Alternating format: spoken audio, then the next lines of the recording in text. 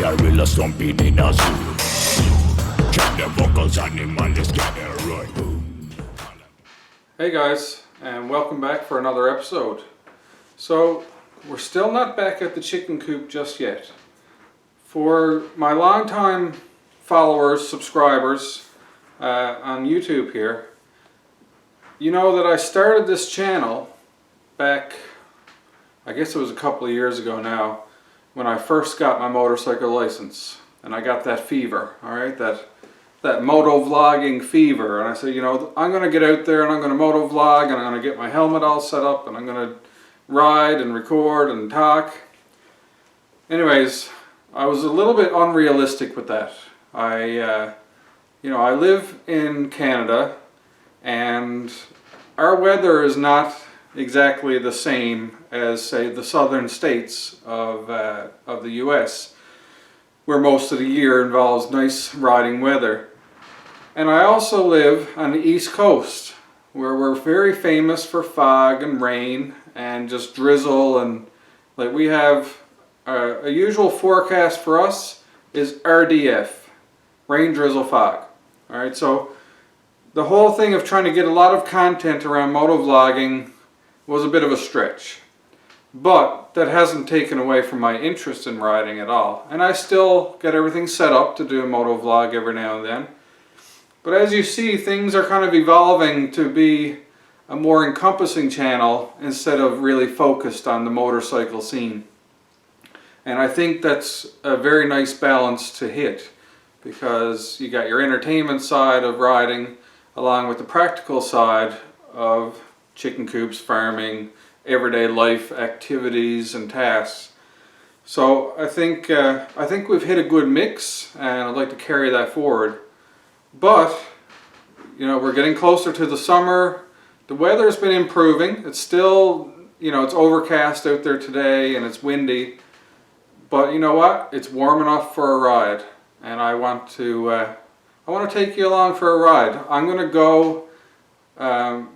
My ride is to go to Subway and pick up dinner for the family. So I think it's a very opportune time for us to ride that together. See if there's anything interesting to talk about along the way, and get some grub. So back to the roots. We'll get riding. I can't wait. All right, let's get going.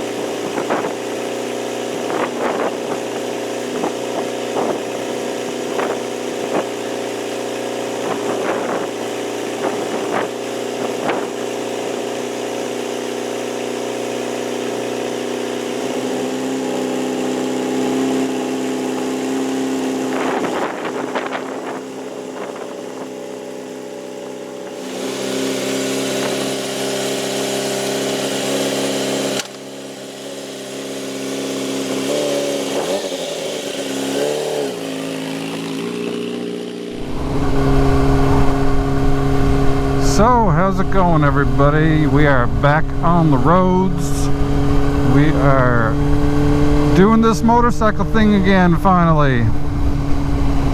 After a super long winter, May 24th weekend, we got snow. Alright, we were still dealing with snow in the last week of May.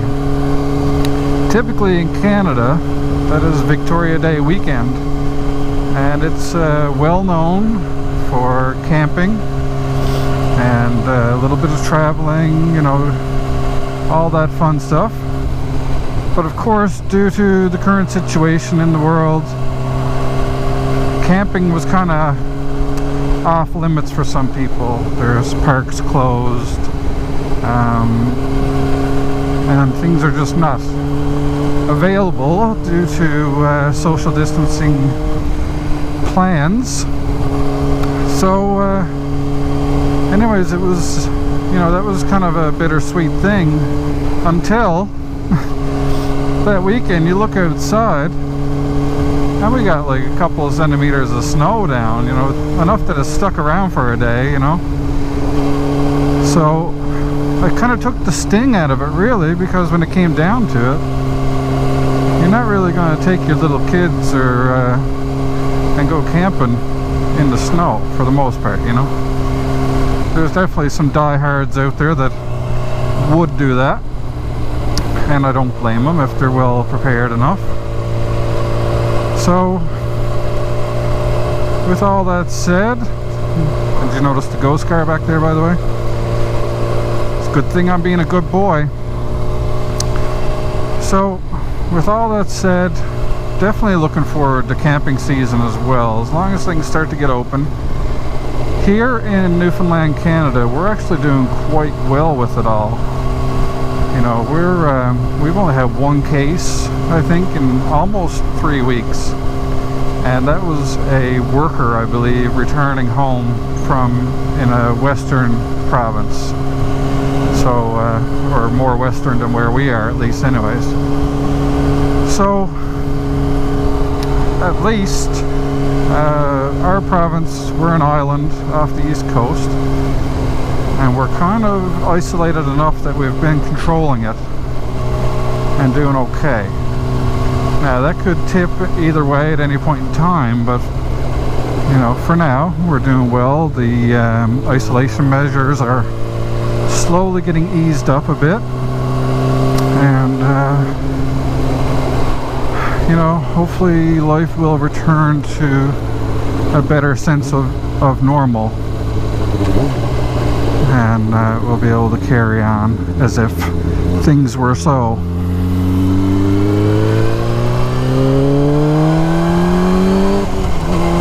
But as you've noticed, in the meantime, I've been doing that practical thing of getting into like a farming, not farming really, you know, I won't say that I'm becoming a farmer or nothing, but definitely get into a more sustainable frame of mind. You know, when you got the talks of food shortages down in the US and up here in Canada being a possibility due to shipping or lack of workers to harvest stuff, you kind of got to change your frame of mind to start thinking about, you know, the what ifs. You know, what if you can't get that fresh produce for your family, or, you know, what if you were stuck for a meal? You'd be a little more self-sufficient if you had a garden with some food or some chickens laying you eggs to give you a bit of protein. When the chickens, all they got to do is eat some bugs in the ground, you know, and do that food chain thing that they do and convert it into a meal for us.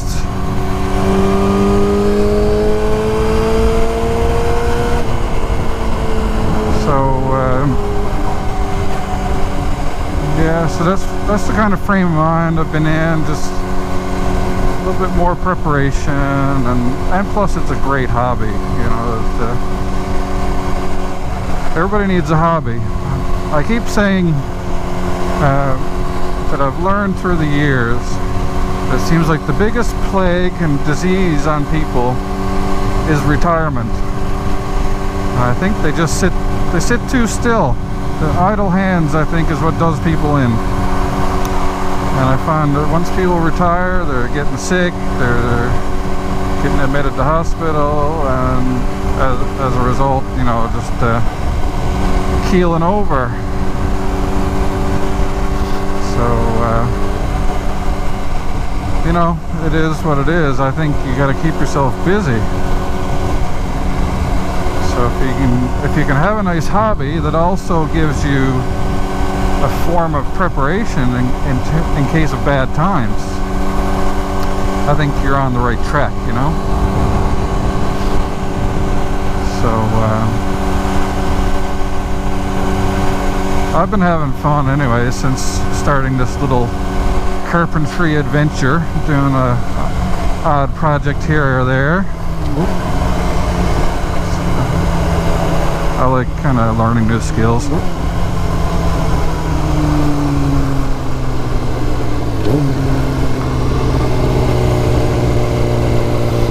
How about the rest of you guys? Have you guys been learning anything new during this? Whether it's a new language or an instrument, or are you at least going to be able to come out of this and say that you got some good out of it? Because as of right now, you know, 2020 is starting to become a bit of a write-off, you know what I mean? In terms of morale and sense of progression in society, it definitely feels that way, don't you think? But I think we'll bounce back as a people. We're a pretty resilient crowd.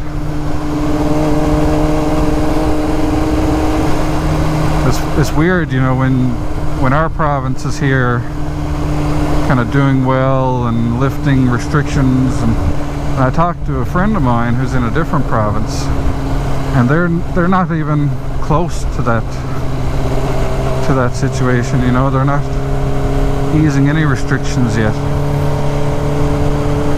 So they're still in full isolation, and that really sucks for them, you know.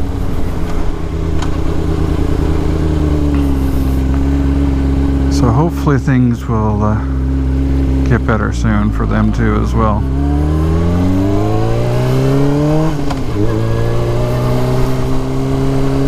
But do you know what gets rid of the isolation blues? A nice ride on bike like this. This feels absolutely wonderful. I think I kind of preferred the level of traffic that was on the go during the more broader isolation, however, because there's definitely a lot more people on the roads than there were even a week ago. A lot of that's probably to do with the nice weather as well. Let's see what kind of maze we got to go through here. There we go. The Pylon Maze.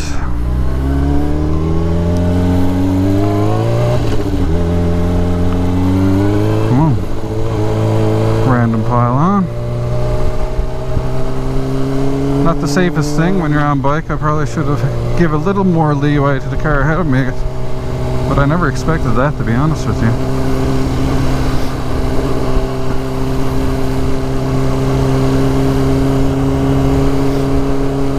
So yeah, what I'm getting for the family for dinner now is some Subway. Definitely a choice influenced by wanting to go for a ride, to be honest with you. I definitely wanted to get out. Oh my god, there's a line up in the drive-thru, a big one. That's alright, I can manage to wait through that. I gotta take off my backpack and everything anyways to be able to put the subs in there. And get the order out of my pocket and all that good stuff. But it's a beautiful day here in St. John's, Newfoundland. You know, lots of people going.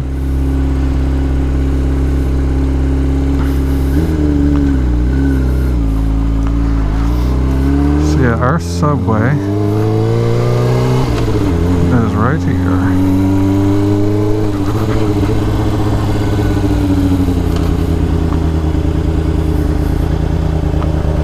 I don't know, can we go inside?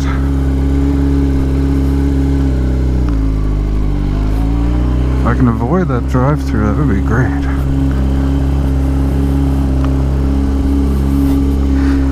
I'm gonna check and see if I can go in there. That would be lovely.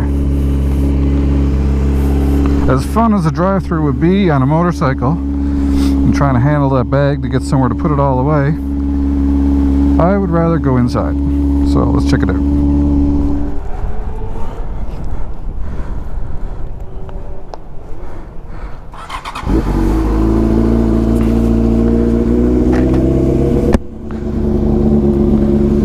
So that was a nice little treat, actually, to be able to go inside and avoid having to go through the drive-thru,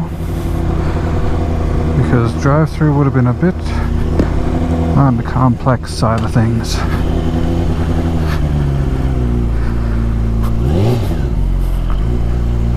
Now, see if we can get an out here with this traffic. Yes.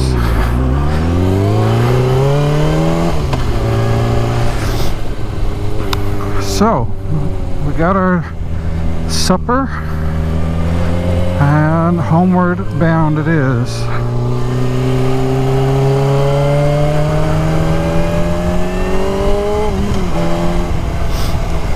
Now I'm going to take a little bit of a different route home to avoid a little bit of the highway, just because highway is nice and all for getting around, but it's not exactly interesting scenery, you know what I mean?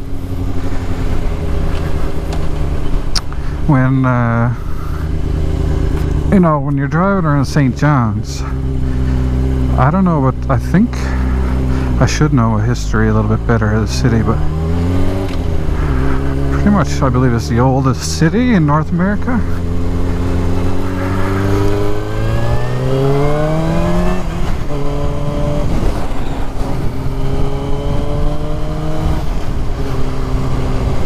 But it's a beautiful city. It's old, it's got character, it's got everything that a city has, including unsavory people, but that's a topic for another day.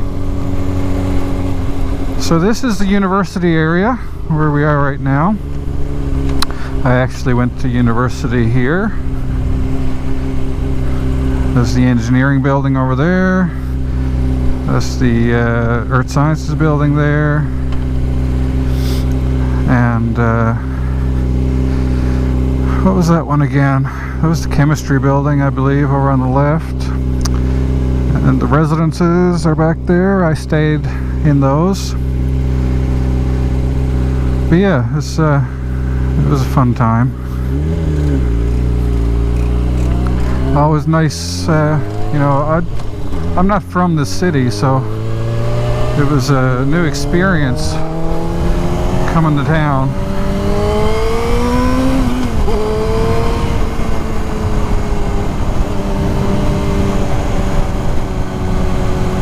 Moving into the residences there and, you know, learning to grow up.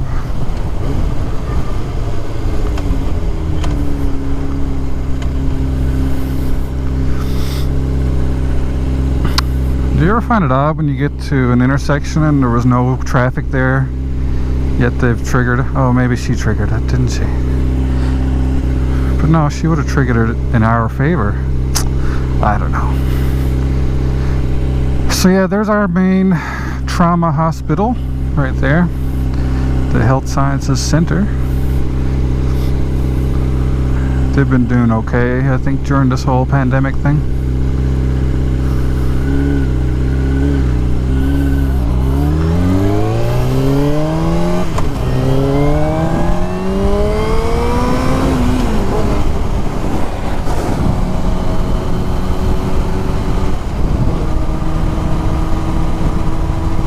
funny, you know, me and my wife, we've thought many times, like, oh, we want a car that has all this power, you know, whether it's a muscle car or a turbo, you know, turbo Civic or turbo Subaru STI or WRX, you know, that kind of thing. I kind of got her onto the import scene. She's a domestic girl, you know, but I kind of turned her on to the import scene. So she's warmed up to the ones like Subaru and Toyota, but she's also one that likes power under her foot. And I find it hard to justify that kind of investment when I'm sitting on something like this that can take off like a bat out of hell. And do you know what I paid for this? This is a 2003 R6. You know what I paid for this? $2,500 Canadian. What's that, like $5 US? And I can pretty much walk over anything normally on the road here. You know, if someone gives me a stink eye at a light and I think they're gonna try and cut me off or get in my lane, you know, I can just destroy them. Really, when it comes down to it. Like, this thing has power for days. It's only 600 cc's. I don't even know, I don't even want to know what a liter bike feels like, because that must be ridiculous. Like, just watch this.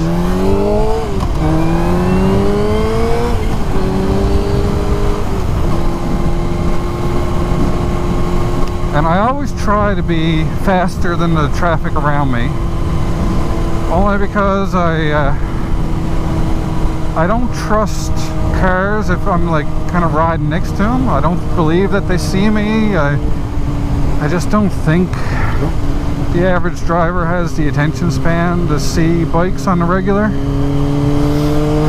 And I think it's safer just to get around them.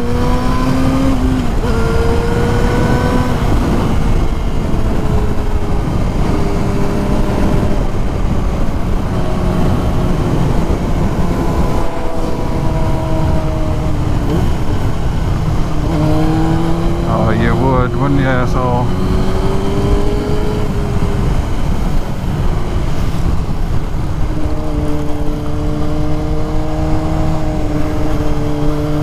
So yeah, like, you see the maneuverability and power that you got. Like, why would you, other than the protection of having a steel frame around you, why would you settle for a car with 300 horsepower when the power to weight ratio of this bike just demolishes that?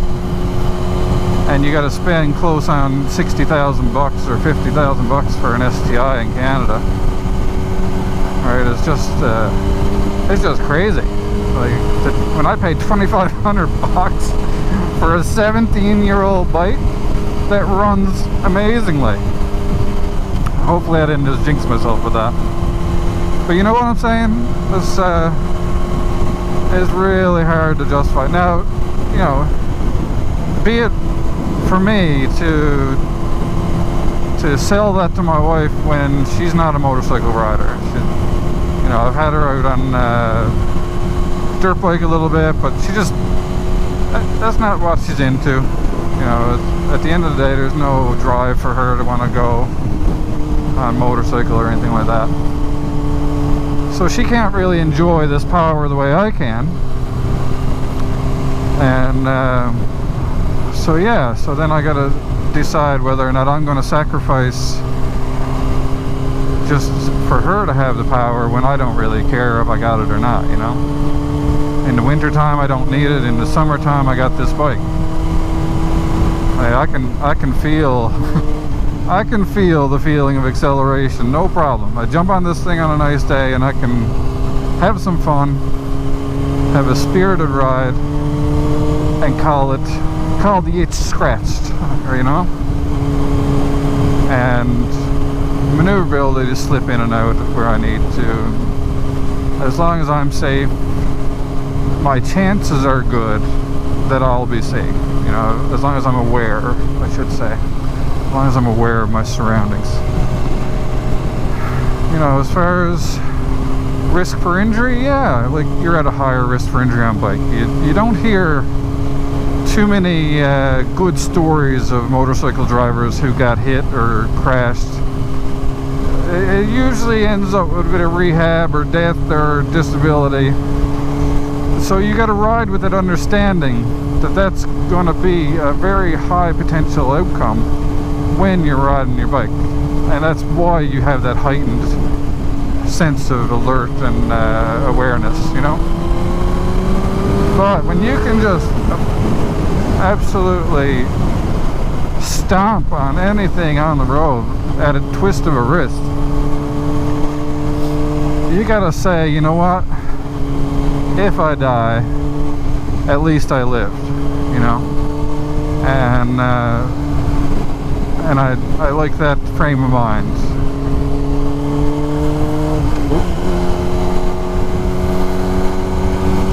Right, like we can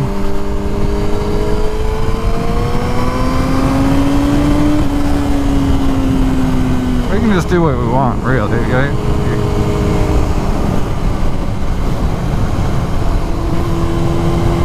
There's nobody, like I would not be able to do that in my car.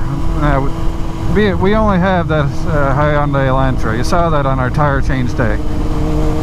You know, it's a 5-speed or 6-speed standard, and I can get a lot out of it. You know, don't rule it out. You know, I can ring up the RPM gauge on that, okay, and get some power out of it to do things. But that truck just then, like at the end of the passing line, I probably wouldn't have the confidence in the car to really be able to accelerate quickly enough to safely pass him. But on the bike, oh man, no problem. It's just like he stopped on a dime. So it's a beautiful feeling to have that confidence. Now, speaking of confidence, this piece of road up here is terrible. I tried to pick my line right in the middle of it all. Alright. So yeah, it's a good feeling to have this confidence of power. And it's like the yin and the yang, you know, you balance that power with more risk. With great power comes great responsibility. You know what I mean? So, but I hope there's more people out there that are going to get into riding and being able to experience this. You know, I've said it in past moto vlogs, like the smell of this time of the year, you can just smell the plants and trees coming to life, you know, nice smell of spruces and birch and all that stuff that you don't really get through a filtered intake in your car. I guess in a sense you take the good and you take the bad when it comes to that as well, because if there's any bad smells out there, you're getting that unfiltered as well. And this time of the year when the farms start dumping that manure all over the place to get the fertilizer going, yeah, you can smell that. But oh, it's so worth it. So worth it. What's this guy doing? Get off the road! What was he waiting for? Absolutely nothing. But yeah, folks, this is pretty much going to sum up this ride. I'm, you know, headed for home, and I think I'll get home, get the bike put away nice and quick, get in, and me and the family will start devouring our Subway. And I really hope you guys enjoyed this moto vlog. I think it was long overdue. It's been a hot minute, as I like to say. I'm not the only one that likes to say that, of course. But it's definitely been a hot minute since we had a moto vlog. Doesn't mean that they're gonna come frequently. There's only so much I can ramble at you guys when I'm just out for a quick little drive somewhere. And but it gives me a nice excuse to get out on the bike as well, you know. So whatever little bit of preparation it takes to get the camera and everything set up and charged and put on my moto vlogging helmet, it's all worth it in the end to chill with you guys and talk to myself like a madman, and hopefully get a good video at the end of this. Because you know what, I haven't used this camera for a long time. I don't even know when the last moto vlog was. So whether or not the microphone is miking, or whether the camera is picking up what's going on outside, it could be rotten lens. I never really checked it over that well, to be honest with you. So I'm on a wing and a prayer here that I didn't just waste a whole lot of rambling on nothing. But if I did, so be it. That's life. So with all that said, avoid the rocks. Yeah, good. With all that said, in the middle of all this crazy world, I hope you're happy, and I hope you're healthy. So take care of each other, and peace out.